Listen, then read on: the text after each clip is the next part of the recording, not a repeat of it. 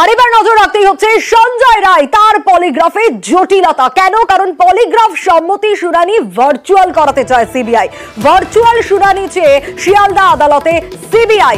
Consent ফর্মে সই নিয়ে প্রশ্ন বিচারকের। আরো বিস্তারিত এই বিষয়ে অমিত জানাতে পারবে। অমিত, একেবারে জটিলতা তৈরি হয়েছে, কারণ কনসেন্ট পেপার রয়েছে তাদের সিগনেচার কে করবে, কারণ সিবিআই চাইছে নিরাপত্তা জনিত কারণে আদালতে নিয়ে যেতে তারা পারছেন না সঞ্জয় রায়কে।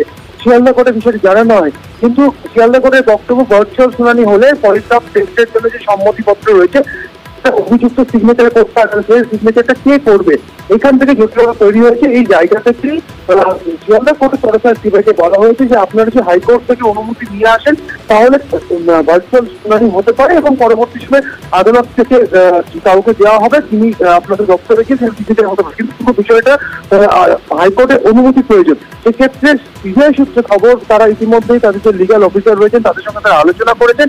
আগামীকাল হয়তো এই সঞ্জয় রায়ের পলিগ্রাফ সম্মতি সংক্রান্ত বিষয়ে কলকাতা হাইকোর্টের দ্বারস্থ হতে চলেছে সিবিআই এবং কলকাতা হাইকোর্টকে পুরো বিষয়টি জানানো হবে এবং কলকাতা হাইকোর্ট থেকে যদি অনুমতি পাওয়া যায় তাহলে শিয়ালদা কোর্টে আবার ফিরে এসে ভার্চুয়াল শুনানি হতে পারে। তো পুরোটাই ডিপেন্ড করছে আগামীকাল কি হতে পারে। তাহলে সেটা কিন্তু হাইকোর্টের দ্বারস্থ হবে সিবিআই, কালকে কিন্তু পুরো বিষয়টা দেখা হবে, কিন্তু এখনো পর্যন্ত এই জটিলতা কিন্তু কাটেনি।